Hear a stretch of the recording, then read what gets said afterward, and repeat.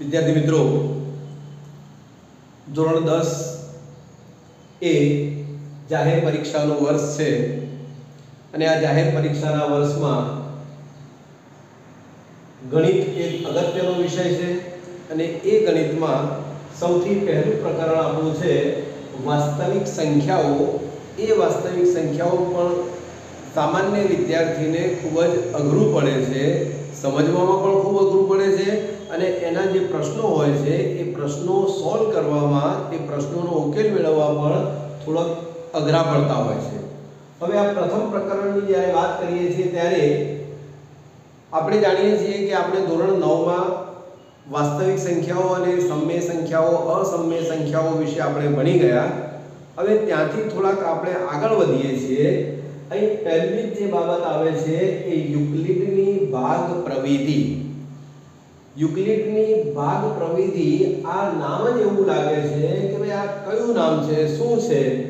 તો સામાન્ય વિદ્યાર્થીને એટલી બાબત જાણવાની જરૂર છે કે ભાઈ પૂર્ણાંકોની વિભાજ્યતા સાથે આ યુક્લિડની ભાગ પ્રવિધિ એટલે ભાગાકારની વાત છે કે ભાઈ કોઈ પણ પૂર્ણાંકો જે છે એ પૂર્ણાંકોની વિભાજ્યતા સાથે સંબંધ ધરાવતી આ યુક્લિડની ભાગ પ્રવિધિ છે કે ભાઈ કોઈ પણ સંખ્યા ભાગી શકાય છે, નથી ભાગી શકાતી, કેટલા વડે ભાગી શકાય છે, ભાજક કોને કહેવાય, ભાજ્ય કોને કહેવાય, ભાગફળ કોને કહેવાય, શેષ કેટલો વધે, બધી બાબતો આમાં આપણે આવરી લઈશું. જો કોઈ ધન પૂર્ણાંક a ને કોઈ પણ ધન પૂર્ણાંક આપણને આપેલો હોય, બીજા કોઈ ધન પૂર્ણાંક b વડે ભાગવામાં આવે તો આ ભાગ પ્રવિધિ છે, ભાગવામાં આવે તો અંદરૂણ શેષ r એટલે રિમાઇન્ડર r વધે અને તે b કરતા નાની હોય. મહત્વની બાબત એ છે કે તે b જેટલી અથવા b કરતા નાની હોય. તે કેટલી હોય? b કરતા નાની હોય.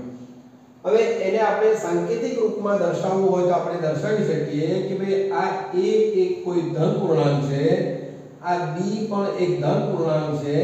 a is equal to bq plus r. a is equal to bq plus r, જ્યાં a અને b ધન પૂર્ણાંકો છે.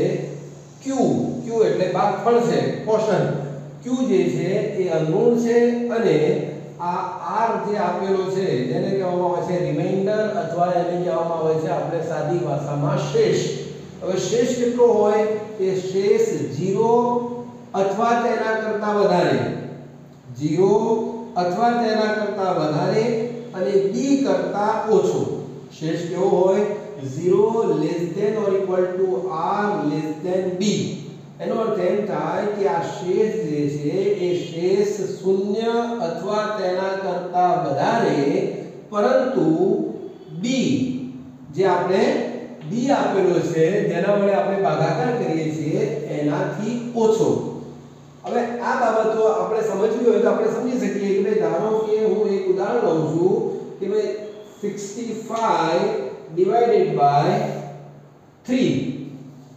હવે જ્યારે 65 divided by 3 કરું છું તો તમે જોશો કે 3 * 3 3 * 2 6 0 5 3 * 3 3 * 6 મોટા થાય એટલે 3 * 3. એટલે શેષ જે છે એ શેષ કેટલી વધશે? એ હંમેશા શેષ જે છે એ આ ભાજક કરતા, આ જે છે આ ભાજક છે, આ ભાજ્ય છે અને આ ભાજક છે એ ભાજક કરતા હંમેશા ઓછું, ભાજક કરતા હંમેશા ઓછું મળશે. એટલે અહીં આ શેષ જે છે આ q છે, આ a કહેવામાં આવે છે અને b કહેવામાં આવે છે. આને સાંકેતિક રીતે મારે દર્શાવવું હોય તો હું દર્શાવી શકું કે 65 is equal to b એટલે 3 ગુણ્યા q એટલે 21 વત્તા શેષ કેટલી વધી આપણી 2. 21 તારી 63 64 ને 65. એટલે આ રીતે આપણે એને દર્શાવી શકીએ છીએ. તો આ યુક્લિડની ભાગ પ્રવિધિ છે અને યુક્લિડની ભાગ પ્રવિધિનું આ મુખ્ય સૂત્ર છે. એ સૂત્ર પણ આપણે હંમેશા ધ્યાન રાખવાનું છે, યાદ રાખવાનું છે અને એની જે કન્ડિશન્સ છે, એની જે શરતો છે એ શરતો આપણે ધ્યાન રાખવાની. હવે યુક્લિડનું ભાગાકારનું પૂર્વ પ્રમેય, એને જ આપણે પૂર્વ પ્રમેય તરીકે લઈ લીધું છે અને એ પૂર્વ પ્રમેયને આપણે આ રીતે દર્શાવીએ છીએ કે a bq r, જ્યાં 0 less than or equal to r less than b, 0 less than or equal to r less than b. ખાસ મહત્વની બાબત એ છે કે યુક્લિડ ભાગ પ્રવિધિ અથવા તો યુક્લિડના ભાગાકારના પૂર્વ પ્રમેયનો ઉપયોગ શા માટે આપણે શીખવું પડે કે ભાઈ આનો ઉપયોગ છે એ કોઈ પણ બે સંખ્યાઓનો ગુસાઅ, ગુરુત્તમ સામાન્ય અવયવ, જેને HCF હાઈએસ્ટ કોમન ફેક્ટર તરીકે ઓળખવામાં આવે છે, એટલે ગુસાઅ શોધવા માટે આનો ઉપયોગ કરવામાં આવે છે. આટલી બાબત આપણે જરા ધ્યાન રાખીએ. વિદ્યાર્થી મિત્રો, પુસ્તકનું પહેલું ઉદાહરણ છે યુક્લિડની ભાગ પ્રવિધિનો ઉપયોગ કરી 4052 અને 12576 નો ગુસાઅ શોધો.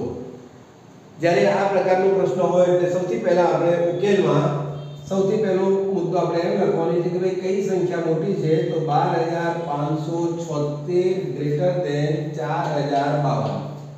સૌથી પહેલો મુદ્દો આપણે આ લખવાનો કે જે સંખ્યા મોટી હોય એને ગ્રેટર ધેન નું ચિહ્ન અને નાની સંખ્યા. હવે યુક્લિડ ભાગ પ્રવિધિનો જે નિયમ છે, જે યુક્લિડ ભાગ પ્રવિધિનો પૂર્વ પ્રમેય છે, એનો ઉપયોગ કરીને આપણે લખીએ કે 12576 બરાબર 4052 ગુણ્યા ખાલી જગ્યા વત્તા ખાલી જગ્યા.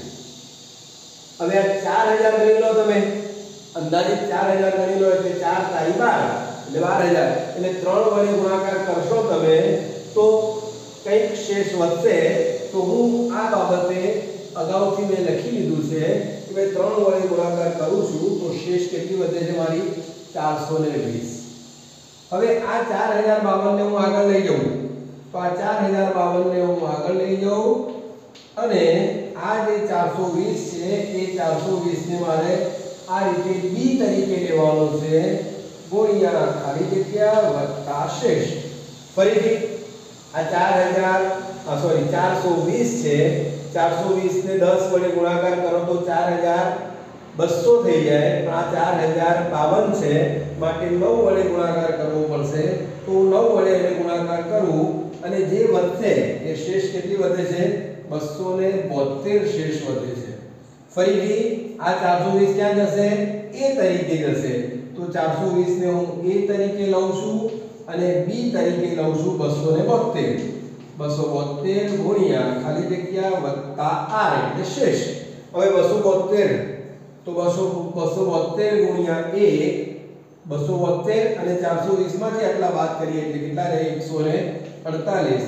ફરી ત્યાંથી આગળ આ 272 ને આપણે a તરીકે લઈએ તો 272 બરાબર આ 148 ને આપણે અહીં લવા જવા 148 ગુણ્યા 1 લઈ લઈએ છીએ અને બાકી તમારા રહેશે 124. એનાથી આગળ ફરી આ 148 ને હું અહીં લઈ જાઉં તો 148 બરાબર આ 124 ને અહીં લઈ આવું છું 124 ગુણ્યા ખાલી જગ્યા વત્તા ખાલી જગ્યા. તો 124 ગુણ્યા 1 એટલે 124 અને બાકી રહેશે તમારા 24. હવે આ 24 બાકી રહ્યા. હવે ત્યાંથી થોડાક આગળ આ 124 ને આગળ લઈ જઈએ તો આ 124 અને આ 24 ને લઈએ એટલે 24 ગુણ્યા ખાલી જગ્યા વત્તા શેષ ખાલી જગ્યા. 24 ગુણ્યા કેટલા થશે, તો 24 ગુણ્યા 5 થશે, તો 24 ગુણ્યા 5 એટલે 120 અને બાકી વધશે તમારા 4 અને છેલ્લે આ 24 ને આગળ લઈ જઈએ તો આ 24 ને હું આગળ લઈ ગયો બરાબર આ 4 ગુણ્યા 6 વત્તા 0. અહીં છેલ્લે 0 શેષ આવે ત્યાં સુધી આ પ્રક્રિયા કરવાની છે. હવે જ્યારે આપણે ગુસાઅની વાત કરીએ ત્યારે ગુસાઅ શોધવા માટે હંમેશા ધ્યાન રાખવાનું કે અંતિમ શૂન્યેતર શેષ, અંતિમ શૂન્યેતર શૂન્ય સિવાયની છેલ્લામાં છેલ્લી શૂન્ય સિવાયની શેષ કેટલી છે, તો અહીં આપણે જોઈએ કે ભાઈ શૂન્ય આ છે એના અગાઉની શૂન્યેતર શેષ કેટલી છે, 4 છે. માટે આપણે જવાબ લખી શકીશું કે ગુરુત્તમ ઉત્તમ સામાન્ય અવયવ કૌંસમાં 12576 4052 બરાબર 4 બરાબર કેટલા થશે 4 ફરીથી અંતિમ શૂન્યેતર શેષ કઈ શેષ થશે અંતિમ શૂન્યેતર શેષ છે એ તમારી બંને સંખ્યાઓનો ગુસાઅ થશે જો એક વ્યવહારિક ઉદાહરણ આપણે જરા જોઈએ છીએ યુક્લિડની ભાગ પ્રમેયનું કે 24 ફૂટ બાય 9 ફૂટના ઓરડામાં કઈ સાઈઝના ટાઇલ્સ નાખવા જોઈએ જેથી જગ્યા કોઈ ખાલી ન રહે અને ટાઇલ્સ પણ બગડે નહીં હવે એના માટે આપણે શું કરવું જોઈએ તો અહીં આપણે યુક્લિડની ભાગ પ્રમેયનો ઉપયોગ કરવાની જરૂર પડશે તો અહીં પણ આપણે ગુસાઅ શોધવાની વાત છે તો સૌથી પહેલા આપણે જરા જોઈએ કે 24 ગ્રેટર ધેન 9 હવે યુક્લિડની ભાગ પ્રમેય પ્રમાણે કરીએ તો 24 બરાબર 9 ગુણ્યા ખાલી જગ્યા વત્તા ખાલી જગ્યા 9 એકા 9 9 દુ 18 એટલે 2 થાય અને 18 અને બાકીના વધે 6 ફરીથી 9 ને આપણે અહીંથી આગળ લઈ જઈએ 6 ને અહીં લાવીએ એટલે 6 એકા 6 વત્તા બીજા 3 ઉમેરીએ એટલે રિમાઇન્ડર ફરી 6 અહીં લઈ જઈએ તો 6 અને 3 તો 3 એકા 3 3 દુ 6 વત્તા 0 તો અહીં આપણે જોયું હતું કે જ્યાં સુધી શેષ શૂન્ય ના આવે ત્યાં સુધી પ્રક્રિયા ચાલુ રાખવાની અને એ બંને સંખ્યાઓ જે છે એમનો ગુસાઅ એનો અર્થ એમ થાય કે અંતિમ શૂન્યેતર શેષ તો આ જે ગુસાઅ થશે તમારો એ ગુસાઅ 24 ફૂટ અને આ 9 ફૂટ એનો ગુસાઅ થશે 3 એનો અર્થ એમ થાય કે 3/3 નો ટાઇલ્સ તમે યુઝ કરો તમે વાપરો તો કોઈ પણ ટાઇલ બગડે પણ નહીં અને કોઈ જગ્યા પણ છૂટે નહીં હવે એનું જ્યારે આપણે ચિત્ર દ્વારા નિરૂપણ જરા જોઈ લઈએ કે ભાઈ ધારો કે દાખલા તરીકે આ એક ઓરડો છે અને એ એક ઓરડામાં આપણે 24 ફૂટ જેટલી લંબાઈ છે એટલે હું 24 ફૂટને 3 ફૂટમાં અનુસંધાનમાં ગણું તો 3 3 દુ 6 3 તારી 9 3 4 12 3 5 15 3 6 18 હજુ આગળ જઈએ આપણે 3 6 18 3 7 21 અને 3 8 24 એટલે આ 24 ફૂટ થઈ અને આ રીતે 24 ગણું 9 ગણું છું તો 3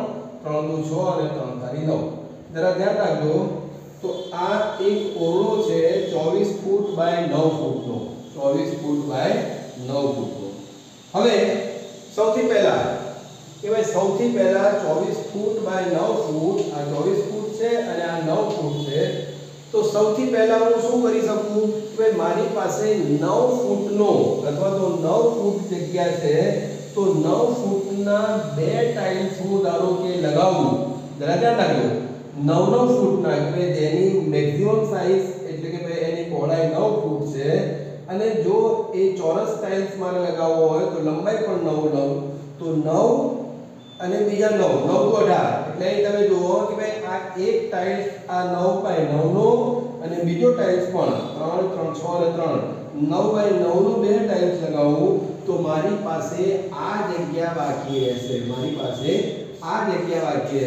અને એ બતાવે છે કે ભાઈ 6 એ કેટલી બતાવે છે 6 જે જગ્યા બાકી છે કે ભાઈ 3 અને 3 હવે ત્યાંથી આગળ જઈએ કે ભાઈ આ જે 6 છે હવે હું મેક્સિમમ અહીં કેટલા ફૂટનો ટાઇલ્સ લગાવી શકું કે ભાઈ મેક્સિમમ હું કેટલા ફૂટનો તો અહીંથી આ ધારો કે 3 અને 3 તો આ 6 અને આ પણ 6 એટલે મેક્સિમમ હું 6/6 નો એક ટાઇલ્સ લગાવી શકું કેટલી ટાઇલ્સ લગાવી શકું 6/6 નો આ એક ટાઇલ્સ હું લગાવી શકું તો 6/6 નો એક ટાઇલ્સ લગાવો તો મારી પાસે કેટલા ફૂટ જગ્યા બાકી રહેશે 3 ફૂટ બાકી રહેશે કેટલા ફૂટ બાકી રહેશે 3 ફૂટ જગ્યા મારી પાસે બાકી રહેશે અને આ પણ 6 ફૂટ છે આ કેટલી છે આ 3 અને આ 3 આ પણ 3 અને 3 6 અને આ બાકી રહેશે હવે આ શૂન્ય શેષ મારે રાખવી છે તો અહીં મારે બે ટાઇલ્સ આવી જાય 3 3 ફૂટના એટલે 3 3 ફરી પાછા 3 3 એટલે બે ટાઇલ્સ મારા આવી જાય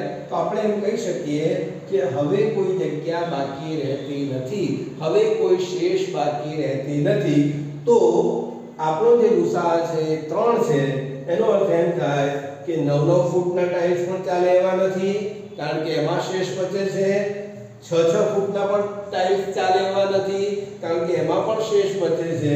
પણ 3 ફૂટના હું જો ટાઇલ્સ લગાવું તો બની શકે કે ક્યાંય કોઈ જગ્યા બાકી પણ ન રહે અને કોઈ પણ મારો ટાઇલ્સ બગડે નહીં.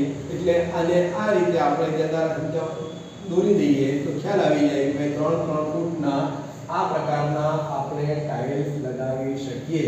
અને કેટલા ટાઇલ્સ થશે એ તો આપણે ગણતરી કરીએ એટલે તરત આપણને ખ્યાલ આવી જાય કે ભાઈ આટલા ટાઇલ્સ થશે, અહીંથી આ રીતે, અહીંથી આ રીતે, એટલે આટલા ટાઇલ્સ આપણા કમ્પ્લીટ લાગશે. 3x3 ના 1 2 3 2 3 4 5 6 7 8 8 તારી 24, ટોટલ 24 ટાઇલ્સ લાગે. એટલે 24 ટાઇલ્સ થી આપણો આખો જે ઓરડો છે એ ઓરડાની સાઈઝ પણ ઢંકાઈ જાય અને કોઈ પણ ટાઇલ્સ આપણો બગડે નહીં. મિત્રો, આ પ્રકારના દાખલા જે છે, આ પ્રકારના ઉપયોગો છે એ યુક્લિડ ભાગ પ્રવિધિમાં આપણે કરીશું ફરી ક્યારે બીજું સેશન. આભાર. Like it, share it and subscribe the channel. Thank you.